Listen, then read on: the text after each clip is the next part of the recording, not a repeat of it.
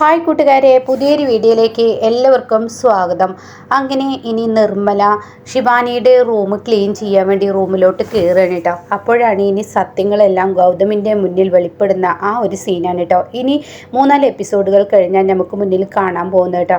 അങ്ങനെ നിർമ്മല റൂമൊക്കെ ഇങ്ങനെ ക്ലീൻ ചെയ്തുകൊണ്ടിരിക്കുകയാണ്. ഈ സമയം ബെഡിനരികിലോട്ട് എത്തുമ്പോൾ ബെഡിന് സൈഡിൽ കാണാം മരുന്നിൻ്റെ ഒരു കഷ്ണം ഇങ്ങനെ കിടക്കുന്നത് കേട്ടോ. ഇത് കാണുന്ന നിർമ്മല കച്ചറയാണെന്ന് കരുതി ആ ബെഡിന് സൈഡിൽ നിന്ന് അതെടുത്ത് താഴോട്ട് ഇടുമ്പോൾ ആ മരുന്ന് ഒന്നും തന്നെ ചെയ്തിട്ടില്ല കേട്ടോ. അപ്പോൾ ഈ മരുന്ന് ഇങ്ങനെ നിർമ്മല നോക്കി നിൽക്കുമ്പോൾ അങ്ങോട്ടേക്ക് നിധി കയറി വരികയാണ്. എന്താ നിർമ്മല ആൻറ്റി പ്രശ്നം എന്ന് ചോദിക്കുകയാണ് കേട്ടോ. ഉടൻ തന്നെ പറയണേ, ഇത് ശിവാനിക്ക് കൊടുത്ത മരുന്നല്ലേ എന്ന് പറയുമ്പോൾ അതിനെന്താ കുഴപ്പം. അപ്പോഴേക്കും ഗൗതമും അവിടെ എത്തിയിട്ടോ. എന്താ പ്രശ്നമെന്ന് ചോദിക്കുകയാണ്. ഇത് ശിവാനിയുടെ റൂമിൽ നിന്ന് കിട്ടിയ മരുന്നാണ്, അതിനിപ്പോൾ എന്താ കുഴപ്പം. ശിവാനിയുടെ റൂമിൽ ഈ മരുന്ന് കിട്ടിയെന്ന് വെച്ച് വലിയ ഒരു ഇതൊന്നല്ലല്ലോ. അപ്പോൾ ഉടൻ തന്നെ അല്ല, അവൾ ഗർഭിണിയല്ലേ, ഗർഭിണിക്ക് കൊടുക്കുന്ന മരുന്നുകളാണിത്.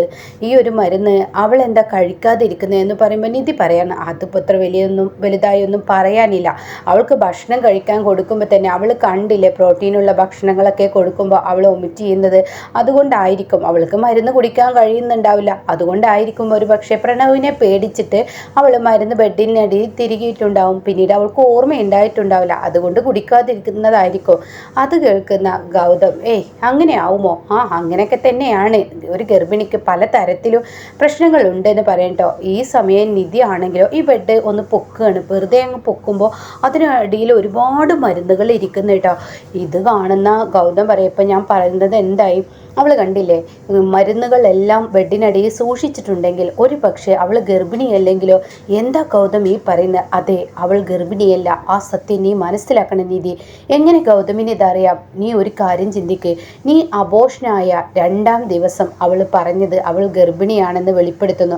അപ്പോൾ അതിൽ നിന്ന് തന്നെ ഒന്ന് മനസ്സിലാക്കണം, അവൾ നിനക്ക് പോയ ആ സ്ഥാനം തട്ടിയെടുക്കാൻ വേണ്ടി അവൾ ഗർഭം പറഞ്ഞ് ഒരുപക്ഷെ ഈ വീട്ടിലെ എല്ലാവരെയും വഞ്ചിച്ചതാണെങ്കിലോ.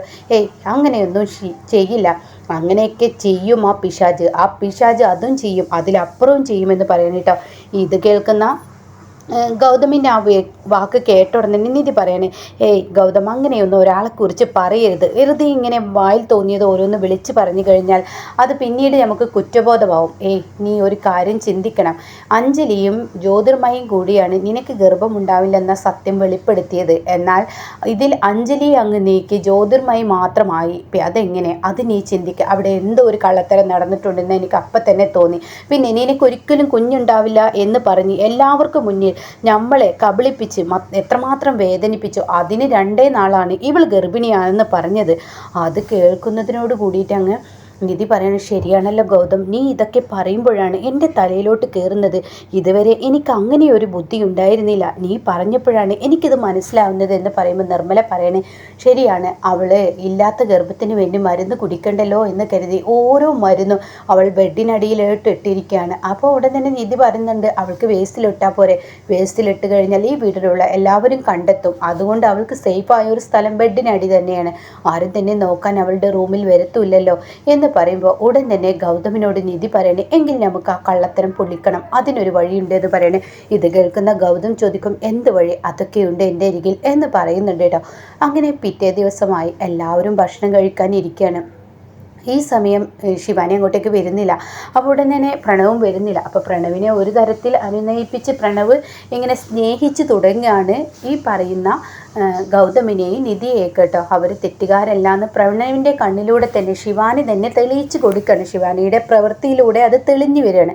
അങ്ങനെ ഈ സമയം പ്രണവ് അങ്ങോട്ടേക്ക് ഭക്ഷണം കഴിക്കാൻ വരുമ്പോൾ പ്രണവ് ഇവരെ കണ്ടതുകൊണ്ട് ഇരിക്കുന്നില്ല. അപ്പോൾ നിർമ്മല പറയാണ്, പ്രണവ് നീ ഇരിക്കുക, നിൻ്റെ കുഞ്ഞിനെ നിനക്ക് സ്നേഹമുണ്ടെങ്കിൽ, കുഞ്ഞിന് മാനസിക സന്തോഷം കിട്ടണമെന്നുണ്ടെങ്കിൽ ഒരമ്മ ചെയ്യുന്ന പ്രവൃത്തിയാണ് എല്ലാത്തിനും സന്തോഷം. അതുകൊണ്ട് കൂട്ടുകുടുംബത്തിൽ ഇരുന്ന് ഭക്ഷണം കഴിച്ചും ചിരിച്ചും കളിച്ചും ജീവിക്കുന്ന അതിൻ്റെ സന്തോഷം വേറെയാണ്. കുഞ്ഞിനെ കാണാൻ കഴിവില്ലെങ്കിലും പ്രണവ് നിൻ്റെ ഭാര്യ സന്തോഷിക്കുന്നതൊക്കെ അറിയാൻ കഴിയുമെന്ന് പറയണം കേട്ടോ.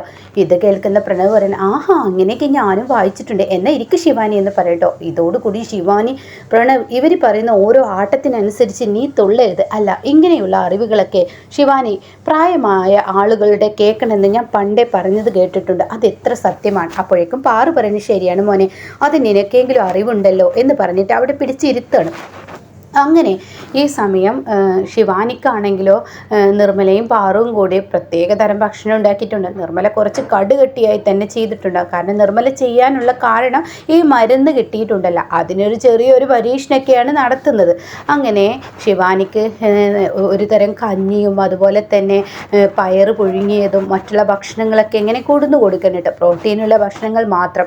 എന്നാൽ ഇപ്പുറത്താണെങ്കിലോ ഇവിടെ പരിപ്പ് വടയും ചിക്കൻ പൊരിച്ചതും ബീഫ് റോസ്റ്റും ഒക്കെ ആയിട്ട് ഗൗതമിനും വെച്ച് കൊടുക്കുകയാണ്. അപ്പോൾ ഈ സമയം ശിവാനി അത് കഴിക്കാൻ ഒരുങ്ങുമ്പോഴേക്കും നിർമ്മല പറയാണ്, അത് കഴിക്കണ്ട, ഇപ്പോഴത്തെ പുറത്തു നിന്നുള്ള ഭക്ഷണങ്ങളൊക്കെ വളരെ പ്രശ്നമാണ്, അത് കുഞ്ഞിനെ ബാധിക്കും. അങ്ങനെ അടുത്തതെടുക്കാൻ ഒരുങ്ങുമ്പോഴേക്കും പാറു പറയണേ അത് കഴിക്കണ്ട എന്ന് പാറു പറയുന്നു. എന്നാൽ വസുന്ധരയാണെങ്കിലോ വേറെ എന്തെങ്കിലും എടുക്കാൻ ഒരുങ്ങുമ്പോഴേക്കും വസുന്ധര പറയണ, ശിവാനി ഈശ്വരമംഗലത്തെ ഒരേ ഒരു അവകാശിയാണ് നിൻ്റെ വയറ്റിലുണ്ടാവുന്നത്, അതുകൊണ്ട് തന്നെ അത് കഴിക്കണ്ട, ഇവർ പറയുന്നതിലും കാര്യമുണ്ട്, നീ അത് കഴിക്കല്ലേ. അത് കേൾക്കുന്ന ശിവാനിക്ക് അങ്ങ് ദേഷ്യം പിടിക്കണം. ഏത് സമയത്തും കുട്ടി കുട്ടി കുട്ടി, ഈ കുട്ടിയുടെ കാര്യം മറയിൽ മാത്രമല്ല നിങ്ങൾക്ക് അതിൻ്റെ അമ്മയെ കുറിച്ച് പറയണ്ടേ. എപ്പോഴും ഞാൻ ഗർഭിണി ആയതിനു ശേഷം എൻ്റെ ആരോഗ്യവും എൻ്റെ സന്തോഷം എൻ്റെ ഇഷ്ടവും നിങ്ങൾ ആരെങ്കിലും നോക്കുന്നുണ്ട് എന്ന് പറയുമ്പോൾ പ്രണവ്, എന്താ ശിവാനി, നമ്മുടെ കുഞ്ഞിന് വേണ്ടിയല്ലേ ഇങ്ങനെയൊക്കെ പറയുന്നത്, നിനക്കെന്താ ഇങ്ങനെയൊക്കെ പറയുമ്പോൾ ഇഷ്ടമില്ലാത്തതുപോലെ. അപ്പോൾ എല്ലാവരും ഒന്ന് സ്റ്റെക്കായി നിൽക്കണം കേട്ടോ. ശിവാനിയുടെ പെരുമാറ്റം ആർക്കും തന്നെ ഇഷ്ടപ്പെട്ടില്ല. കാരണം സ്വന്തം കുഞ്ഞിനെ കുറിച്ചിട്ട് ശിവാനി തന്നെ പറഞ്ഞു, ഏത് സമയത്ത് കുഞ്ഞു എന്നുള്ള ഒരു വാക്ക് മാത്രമേ ഈ വീട്ടിലുള്ളൂ എന്ന് ശിവാനി പറയുന്നു കേട്ടോ. അപ്പോൾ ഈ സമയം നിർമ്മലയും ഗൗതമും നിധിയും കൂടി പരസ്പരം നോക്കുന്നുണ്ട് കേട്ടോ. ഇവളൊരു കള്ളം നമുക്ക് മുന്നിൽ പറഞ്ഞതാണെന്ന് മനസ്സിലാക്കുകയാണ്. അങ്ങനെ പിറ്റേ ദിവസം രാവിലെ ആകുമ്പോഴേക്കും നിധി ഒരു തീരുമാനമെടുക്കുകയാണ്.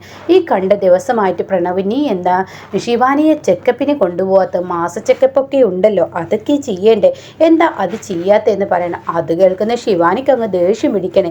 ഞാൻ ചെക്കപ്പ് ചെയ്യണോ വേണ്ടോ എന്ന് തീരുമാനിക്കുന്നത് ഞാനാണ്, നീ എന്തിനാ എൻ്റെ കാര്യത്തിൽ തീരുമാനം എടുക്കുന്നത്, എനിക്കറിയാലോ. അത് കേൾക്കുന്ന ഇത് പറയണേ, പപ്പായ കഴിച്ച നീയാണോ ചെക്കപ്പിൻ്റെ കാര്യമൊക്കെ തീരുമാനമെടുക്കുന്നത്. ഒരു കാര്യം പറയട്ടെ, ഞാൻ പറയുന്നത് നിനക്ക് തെറ്റായിരിക്കും, പക്ഷെ പ്രണവ്, ഈ ശിവാനിക്ക് തീരെ ശ്രദ്ധയില്ല. ഗർഭിണി ആയേ മുതൽ തിരുമ്പാത്ത ശിവാനി അലക്കാൻ വേണ്ടി ഡ്രസ്സുകൾ കൊണ്ടുപോകുന്നു, അടുക്കളയിലെ പാത്രങ്ങൾ കഴുകുന്നു, പിന്നീട് അടിച്ചു വരുന്നു. ഇതൊക്കെ കാണുമ്പോൾ ഇവൾക്ക് എന്തോ കുഞ്ഞിനോട്, നീ വായി തോന്നിയത് ഓരോന്ന് വിളിച്ചു പറഞ്ഞേ, ഇത് കേട്ട് നിൽക്കാൻ എന്നെ കൊണ്ട് കഴിയില്ല. ചിലപ്പോൾ ഞാൻ അപ്പോഴേക്കും പ്രണവിനെ അങ്ങ് ദേഷ്യം പിടിക്കണം, വായ അടക്കി നിൽക്ക്, നീ എന്തായാലും വേഗം ഡ്രസ്സ് മാറ്റുക, നമുക്ക് പോവാം, ഡോക്ടറെ അടുത്തോട്ട് പോവാം. അത് കേട്ട് വസുന്ധര അങ്ങോട്ടേക്ക് വരുന്നു. വസുന്ധര പറയുന്നത്, ശരിയാണ്, നീ ഡോക്ടറുടെ ചെക്കപ്പ് അത്യാവശ്യമാണ്, നിനക്ക് മാസം ചെക്കപ്പ് ചെയ്തിരിക്കണം, ഈശ്വരമംഗലത്തെ അവകാശിയാണല്ലോ.